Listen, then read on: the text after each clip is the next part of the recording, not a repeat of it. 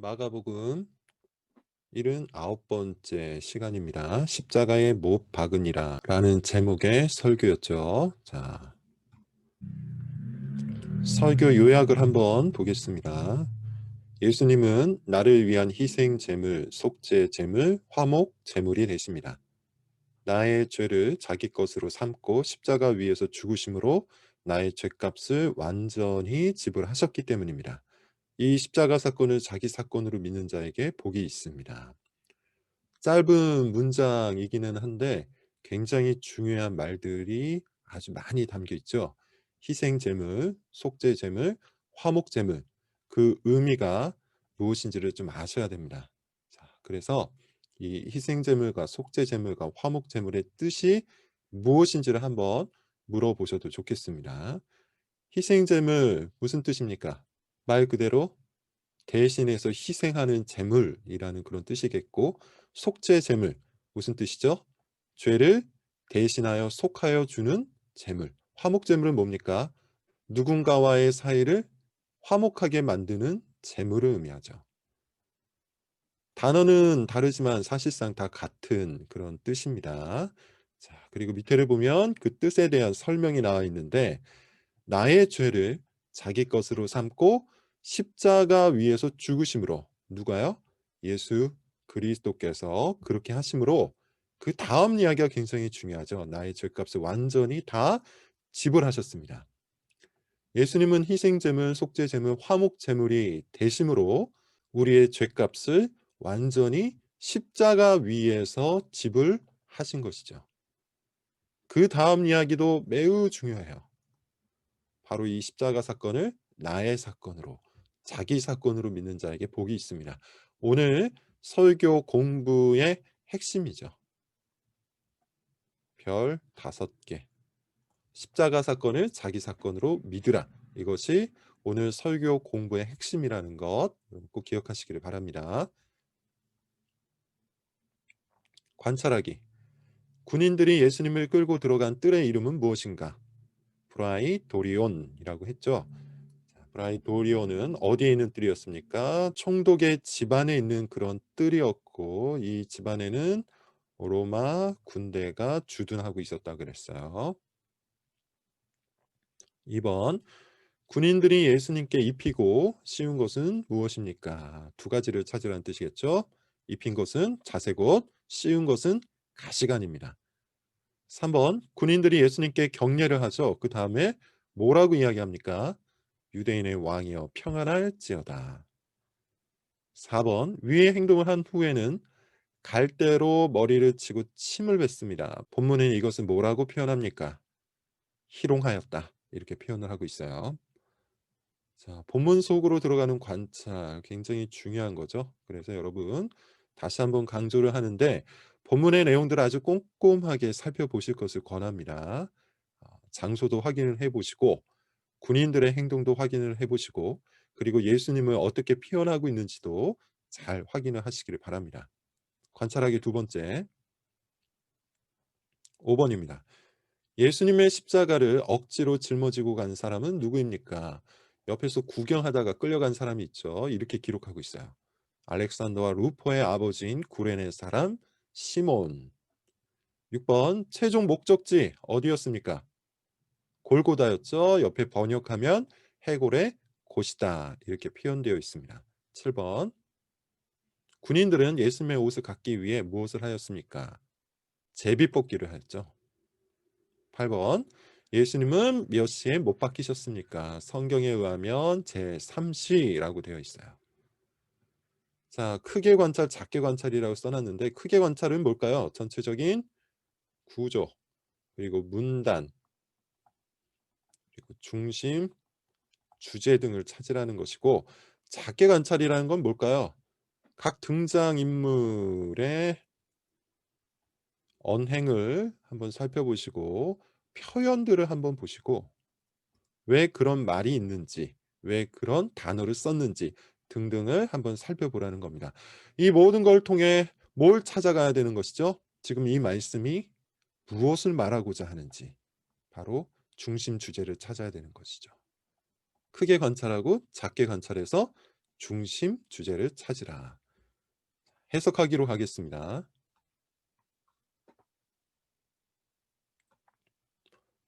다음의 질문으로 나눔의 시간을 가져봅시다. 나눔의 시간입니다. 지난번에도 말씀을 드렸는데 무엇인가를 논평하는 시간이 아니라 적용하는 시간이죠. 삶을 나누는 것이지 단순히 자기 지식과 생각을 드러내는 것이 아닙니다. 나눔의 시간이 무엇인지를 잘 이해해서 인도해 주시기를 바랍니다. 1번, 혹시 당신의 모범이 되는 대상이 있습니까? 어떤 면에서 그러한지 한번 말해 봅시다. 모범, 무슨 뜻인지 여러분 아시죠? 본받을 만한 사람이란 뜻일 겁니다. 직장 상사 혹은 동료, 친구 혹은 이웃, 교회 성도 혹은 신앙의 성배 등등 다양한 영역 속에서 본받을 만한 사람이 있는지, 특별히 어떤 면을 본받고 싶은지 같이 한번 이야기를 나눠보시면 좋겠네요. 자, 2번 지난주 적용 부분이었어요. 정의로운 행동. 얼마나 실천했는지 한번 나눠보시기를 바라는데 정의로운 행동이라고 해서 굉장히 거창한 것이 아니었죠. 이런 거였어요.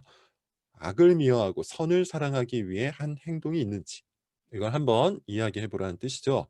왜냐하면 많은 사람들이 선악, 곧 정의로운 행동을 하기보다는 요즘 시대에는 어떤 행동을 훨씬 더 많이 합니까?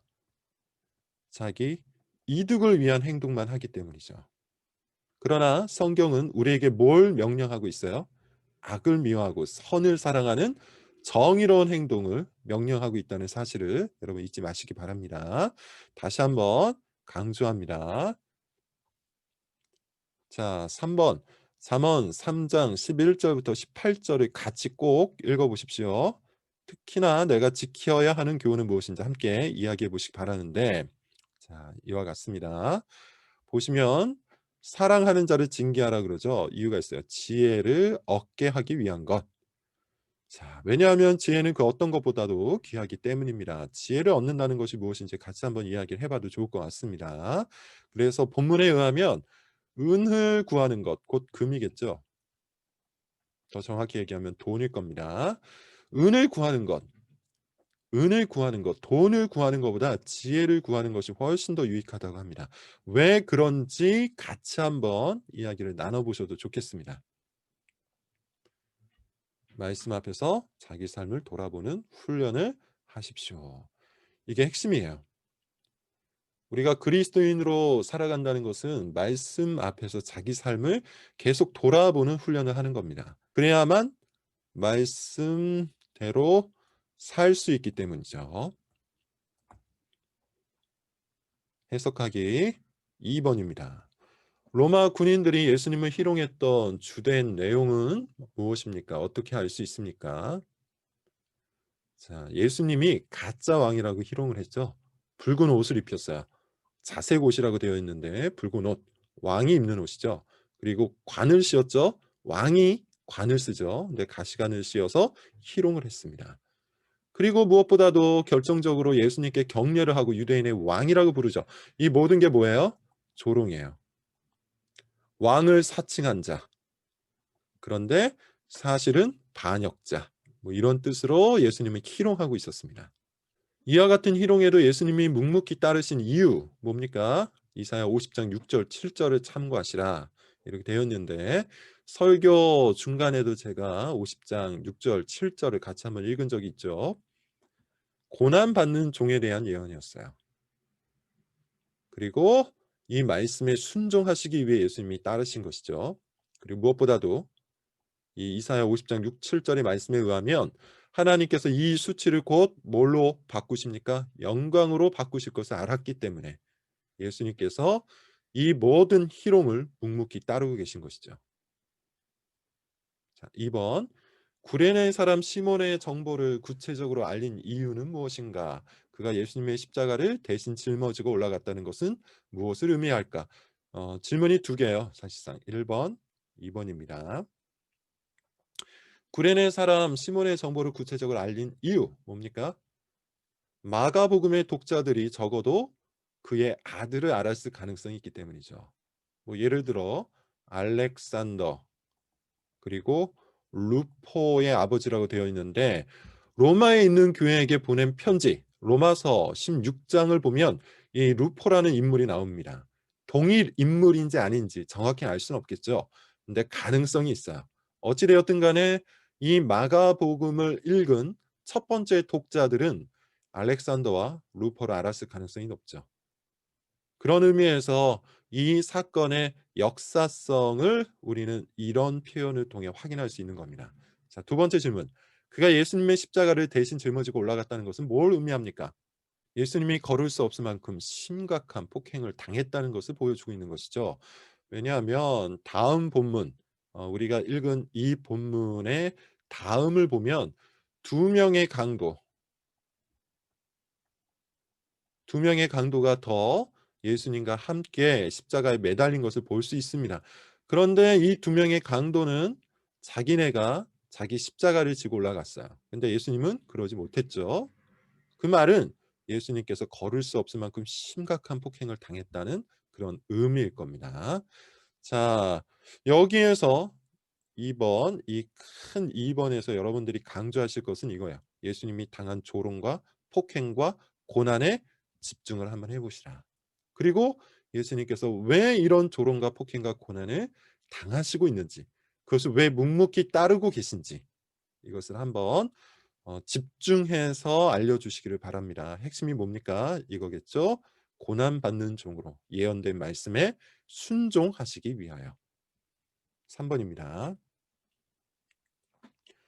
골고다. 예수님께서 골고다까지 가셨죠. 골고다는 예루살렘 밖에 있는 동산이었고 해골의 곳, 이 말의 뜻 자체가 해골이라는 뜻인데 해골의 곳이라는 그 번역으로 볼 때 아마도 여기가 사형장이었을 가능성이 높겠죠. 자, 히브리서의 저자가 이 사건을 어떻게 해석을 하고 있습니까? 히브리서 13장 11절 12절을 참고해 보세요. 이거를 같이 한번 찾아서 읽어보시면 좋겠습니다. 아주 중요한 오늘 설교의 핵심이 되는 아주 중요한 인용 구절이에요.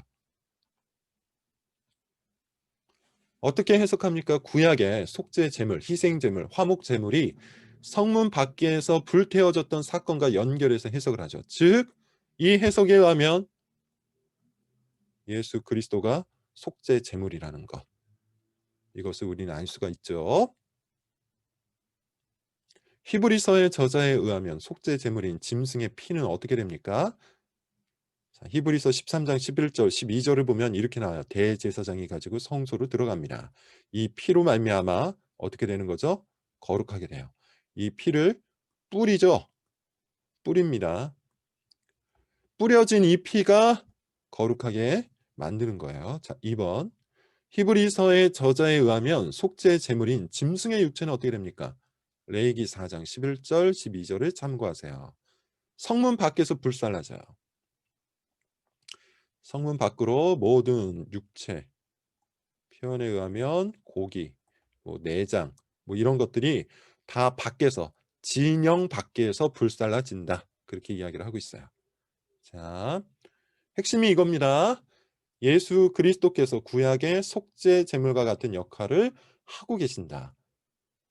앞에 설교 요약 첫 번째 부분에서 이야기를 했었죠. 앞에 설교 요약에서 예수님이 뭐라 그랬어요? 희생 제물, 속죄 제물, 그리고 화목 제물이 되셔서 핵심이 뭡니까? 우리의 모든 죄를 대신 짊어지시고 이 죄의 값을 다 치르셨다. 그래서 우리에게 남겨진 죄값이 없다. 지금 이것이 본문을 통해서 우리가 반드시 알아야 하는 교리예요. 자, 작은 4번입니다. 예수님이 십자가 형벌을 받은 이유는 무엇입니까? 고린도후서 5장 21절. 자, 이것도 오늘 본문과 관련된 설교의 핵심되는 주제예요. 아주 중요한 인용 구절입니다. 꼭 찾아서 읽으시기를 바라요. 죄를 알지도 못하시는 예수님을 죄로 삼으셔서 우리로 하여금 그 안에서 하나님의 의가 되게 하시려고. 어 무죄한 예수님이 희생 제물, 속죄 제물이 되셨어요. 그래서 우리의 모든 죄가 예수님께로 옮겨져서 예수님 스스로가 죄가 되셨습니다. 그리고 예수님께서 이 죄의 값을 십자가 위에서 다 치르셔서 이제 우리에게는 죄가 남아 있지 않게 되는 거죠. 대신에 우리에게는 뭐가 주어진 겁니까? 하나님의 의가 주어졌어요. 이 하나님의 의는 누구로부터 온 거죠? 예수 그리스도. 그래서 루터 같은 경우는 그리스도의 의가 나에게로 옮겨졌고 나의 죄가 그리스도로 옮겨졌다. 이렇게 이야기하면서 이것을 놀라운 교환이라고 얘기해요. 놀라운 교환. 이 4번의 내용을 여러분 아주 중요하게 다뤄주시기를 바랍니다. 예수 그리스도의 의는 나에게로 옮겨졌고 나의 죄는 그리스도에게로 옮겨졌다. 어디에서요? 십자가에서. 그리고 이것이 뭐다? 놀라운 교환이다. 교리적인 용어로 이야기하면 이것을 뭐라고 얘기합니까? 이중전가라고 얘기해요. 죄는 그리스도에게로, 의는 나에게로. 이중전가. 자, 좋습니다. 5번이죠. 십자가 사건은 언제 일어난 사건입니까? 이것은 반복되는 사건인가요? 2000년 전에 일어났죠? 반복되지 않습니다. 이미 역사 속에서 완성된 사건이에요. 자, 이 의미가 뭡니까? 6번과 연결되겠죠? 십자가 사건 아래에 있는 사람들에게 주어지는 은혜와 연결되는데 여기에 답이 하나 더 있네요. 예수님의 속죄 제물 되심은 결코 번복되지 않는다. 자, 그런 의미에서 3번 답도 같이 보겠습니다. 예수님께서 2000년 전에 속죄 제물이 되셔서 이미 십자가의 죗값을 모두 치르셨기 때문에 이제 그 십자가 아래에 있는 사람에게는 죄가 남아있지 않게 되었다. 이것이 본문에서 우리에게 전하고자 하는 가장 핵심된 교훈, 핵심된 교리예요. 십자가의 의미를 꼭 파악하시기 바랍니다. 그게 뭡니까? 바로 이 본문이고 고린도 후서 5장 21절 놀라운 교환과 이중전가의 교리를 여러분 꼭 기억하시기를 바랍니다. 요약을 좀 해볼게요. 하나님이 무죄한 예수님을 십자가 위에서 죄로 삼으신 이유 딱 한 가지죠. 우리를 대신하기 위해서요. 원래는 우리가 이 십자가 위에 있어야겠죠. 그런데 예수님께서 우리의 모든 죄를 짊어지고 그 죄값을 다 치르게 하기 위해서 예수님을 십자가 위에서 죽이신 것이죠. 그래서 예수님은 십자가 위에서 나를 위한 죄와 저주가 되셨어요. 덕분에 그 다음 이야기가 중요해요. 덕분에 우리에게 남겨진 죄의 빚은 이제 하나도 없게 되었죠. 예수님이 다 갚으셨기 때문이에요. 그러므로 그리스도 안에서 우리는 죄인이 아니라 의인입니다. 예수님처럼 하나님의 의가 되었어요. 자, 앞서 이야기한 것처럼 놀라운 교환에 대한 요약이죠. 십자가 위에서 예수 그리스도는 죄가 되셨고 이 십자가 위에서 나는 이제 의가 되었어요. 이 모든 것이 십자가 위에서 죽으신 그리스도의 속죄 제물 되심을 설명하는 겁니다. 예수님의 그 십자가 사건이 나의 사건이 되는 것이 가장 중요합니다. 우리가 이것을 공부할 때 예수님의 십자가 사건을 공부할 때 단지 지식으로 아는 것은 아무런 의미가 없죠. 이 객관적 지식이 나에게 어떻게 되어야 하는 것이죠? 나의 사건이 되어야 하는 것이죠. 십자가 사건 앞에서 우리가 해야 할 가장 중요한 일 뭘까요? 그리고 그것을 위해 우리는 뭘 해야 할까요? 나의 사건을 믿는 겁니다. 정말로 예수님이 나의 속죄 제물이 되심을 믿는 것이죠. 그러기 위해서 우리는 우리 자신이 죄인 되었다는 사실을 알아야 되고요. 앞서 말한 승리자 모델, 구원자 모델은 모두 자기 자신이 얼마나 큰 죄인인지를 모르기 때문에 나오는 십자가 해석이에요.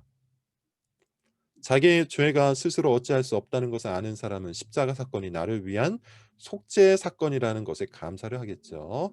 자, 이 십자가 사건의 참된 의미가 우리 안에 들어올 수 있도록 같이 함께 나눠 주시기를 바랍니다. 그렇다면 십자가 사건이 나의 사건으로 다가오지 않는 사람들, 또한 그것이 희미하게 다가오는 사람들은 뭘 해야 할까요? 기도해야 돼요. 예수님이 이렇게 말씀하시죠. 구하라, 찾으라, 두드리라. 그런 자에게 하나님 아버지께서 성령을 주신다고 이야기해요.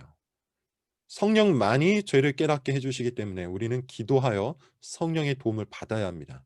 이번 주에는 특별히 설교와 관련해서, 즉 이 십자가 사건의 의미와 관련하여 짧은 기도문을 적어서 공유해 보는 것은 어떨까? 한번 적용과 관련해서 제안을 해봅니다. 즉 십자가 사건이 나의 사건이 될 수 있도록 성령의 도우심을 간구하는 기도문을 적어보라는 뜻이에요. 가능하면 짧게 하시기를 바랍니다. 짧게 해야 계속해서 꾸준히 할 수 있기 때문이죠. 저도 이 기도문을 일주일 동안 공유를 좀 해보도록 하겠습니다. 3번, 기도 제목을 만들어서 함께 나눠 보시기 바랍니다. 꼭 기도하시기를 바랍니다. 수고하셨습니다.